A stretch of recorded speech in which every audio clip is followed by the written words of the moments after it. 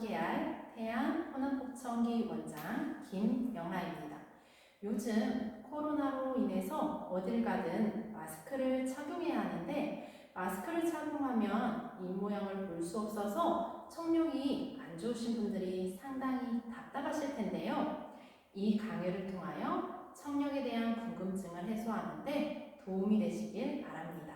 하루빨리 코로나19가 사라지길 소망합니다. 3번의 강의를 저와 함께 하실 텐데요. 오늘 첫 강의는 소리의 기능에 대해서 알아보고자 합니다.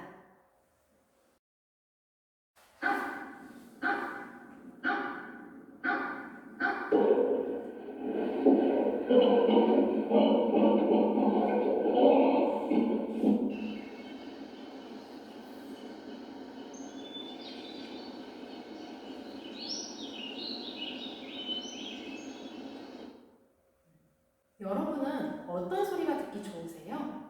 개와 돼지의 소리는 귀에 거슬리는 반면 새 소리는 아름답게 느껴지죠? 왜 새들은 다른 동물보다 더 아름다운 소리를 낼까요?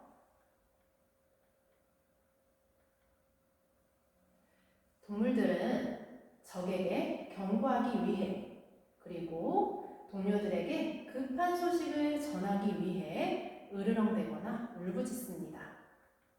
반면 사랑한다는 표시를 하기 위해서 소리를 내기도 하는데요. 이때는 편안하면서도 감미로운 느낌을 주어야 하므로 어느 소리보다 아름답습니다. 동물학자의 연구에 따르면 휘파람새는 암컷을 유인할 때 수컷들이 짝짓기 노래를 부르는데 노래를 잘 부르는 수컷이 금방 짝을 찾는다고 합니다. 그래서 다른 동물들은 주로 위협할 때 소리를 내므로 거친 반면 새들은 사랑할 때 소리를 내므로 새들의 지저귀이 듣기에 아름다운 것이죠.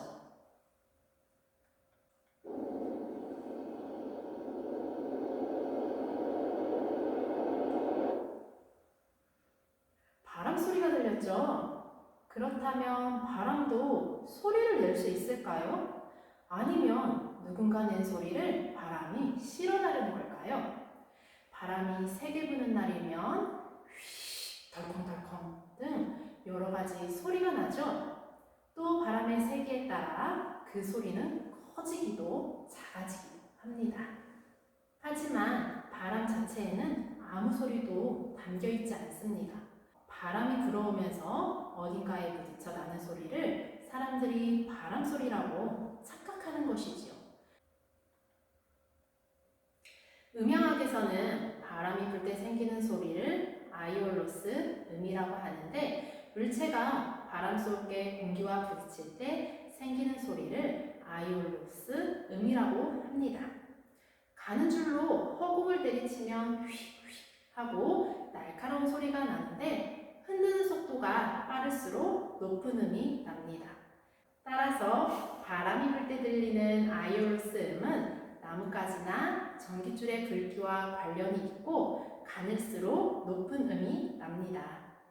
동물 소리와 바람 소리에 대해서 알아봤는데요. 그렇다면 소리는 어떻게 해서 생길까요? 소리는 물체의 진동에 의해서 생기는데요. 좀 더 자세히 말하자면 소리는 물체가 빠르게 앞뒤로 움직여 그 주위를 에워싼 매질 속에서 파동을 일으킬 때 일어납니다. 그래서 소리를 일으키는 진동을 음파라고 하죠. 컵을 무언가로 툭툭 두드리면 소리가 나는데 이것은 컵이 진동하기 때문이죠. 피아노, 바이올린, 피리 등의 악기들도 진동을 이용해 소리를 냅니다. 진동수가 적으면 소리가 발생하지 않는데요. 살금살금 느리게 걸으면 소리가 잘 안 나지만 빨리 걸으면 소리가 나는 이치와 같습니다. 다음은 사람의 귀에 대하여 알아볼까요? 임신한 지 6주 정도가 되면 태아는 귀가 생기고 소리를 듣습니다. 놀랍게도 청각은 피부가 생길 때부터 그 기능이 시작되는 것이죠. 그래서 갓 태어난 아기는 시각보다 청각이 더 발달해 있습니다. 아기가 자다가 작은 소리에도 깨는 걸 보면 알 수 있어요. 사람의 귀는 크게 세 부분으로 이루어져 있어요. 겉으로 나와 있는 외이, 고막과 청소골로 이루어진 중이, 달팽이관과 방구리관으로 이루어진 뇌가 있는데요. 이 귓바퀴는 음파를 모으고 고막은 소리의 진동을 22배로 증폭시키며 달팽이관에 가득 찬 액체가 진동하여 털 모양의 신경세포를 자극하여 이 신호를 뇌에 전달하게 됩니다. 사람들이 작은 소리나 숨결조차 예민하게 들을 수 있는 것은 고막과 청소골이 소리를 22배로 커지게 해주기 때문에 가능하죠. 고막을 다치면 소리를 잘 듣지 못하는 이유가 여기에 있죠.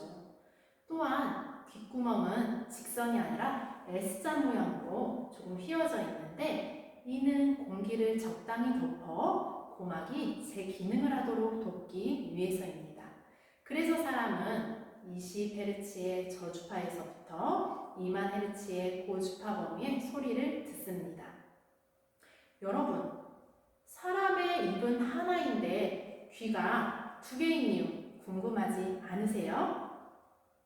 고대 그리스의 한 철학자에 따르면 사람이 입 하나, 귀 두 개를 가진 것은 적게 말하고 두 배로 많이 들으라는 하늘의 뜻이라고 합니다. 정말 그럴까요? 제가 볼 땐 말을 많이 하다 보면 그만큼 실수도 늘어나니 말을 아끼란 말 같은데요. 귀가 두 개 있는 진짜 이유는 소리를 입체적으로 파악하기 위해서입니다. 소리가 어디에서 비롯된 것인지 그 위치를 알기 위해 귀가 두 개 필요한 것이죠. 차가 앞에서 오는지, 뒤에서 오는지, 옆에서 오는지 두 귀를 통해서 소리의 위치를 알 수 있죠. 한쪽 귀에 장애가 있다면 소리 위치를 파악하기 어렵습니다. 어떤 소리가 날 경우 가까운 쪽에 있는 귀가 먼저 그 소리를 듣고 다른 쪽 귀는 바로 그 다음에 듣게 되는데 이를 두 귀의 시간차라고 부릅니다. 이 두 단서를 이용해 소리가 나는 위치를 알아내죠. 양쪽 귀에 똑같은 크기와 속도로 들려오는 소리는 바로 정면에서 나는 소리죠. 사람의 귀는 좌우 방향은 비교적 잘 알아차리지만 아래 위 방향은 확실하게 구분하지 못합니다. 그래서 사람들은 소리의 위치를 제대로 파악하지 못했을 때 귀를 쫑긋 세우곤 하죠. 이는 귀의 위치를 바꿔서 소리가 나는 위치를 알려고 하는 본능적인 동작입니다. 왜 이렇게 귀가 가렵죠? 누가 제 이야기를 하나 봐요. 갑자기 귀알이 가려우면 사람들이 이렇게 말하죠. 귀가 가려우면 남이 내 말을 하는 것이다 라는 소문도 있습니다. 그 유래는 고대인들의 귀에 관한 독특한 신앙으로 거슬러 올라갑니다. 고대인들은 모든 물체에 영혼이 있고 착한 천사는 물론 나쁜 악령들이 세상을 떠돌아다닌다고 믿었습니다. 그리고 여러 종류의 악마들은 사람의 몸을 차지하고자 언제나 기회를 노린다고 생각했죠. 악마들이 노린 곳은 바로 콧구멍과 귀였습니다. 코는 숨을 들이마시고 귀는 이야기를 듣는 구멍으로 그리로 들어가면 쉽게 사람의 몸을 차지할 수 있다고 생각한 것이죠. 그래서 사람들은 코나 귀의 가려움에 민감한 반응을 보였답니다. 결론적으로 귀가 가려운 것은 귀지를 파낼 때가 되었다는 인체 신호일 뿐이며 누가 흉을 본다는 것은 전혀 근거 없는 미신일 뿐이죠. 그렇다면 귀지는 왜 생길까요? 귀지는 귓구멍 속에 끼인 때를 말하는데 귀의 지의 줄임말입니다.